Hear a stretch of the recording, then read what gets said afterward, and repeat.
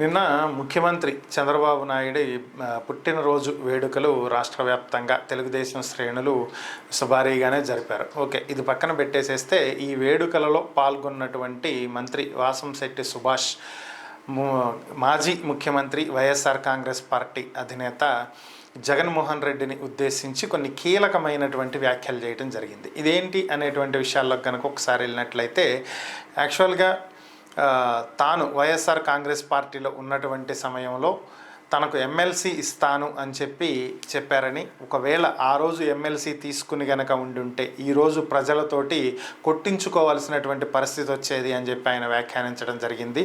ఒకానొక సందర్భంలో జగన్ని కలవటానికి వెళితే ధనుంజయ రెడ్డి జగన్కి సాష్టాంగ నమస్కారం చెయ్యండి అని చెప్పాడని, అది విని షాక్ అయ్యానని, అదేంటి అని చెప్పి అడిగితే మీ జిల్లాకు చెందినటువంటి మంత్రి వేణు అలాగే చేస్తారు అని చెప్పి ఆయన చెప్పడం జరిగిందని, దీంతో ఒక్కసారిగా షాక్ అయ్యానని చెప్పి ఆయన తెలియజేశారు. అక్కడ ఈ విధంగా నడిచేయి అని చెప్పి కూడా ఆయన చెప్పడం జరిగింది.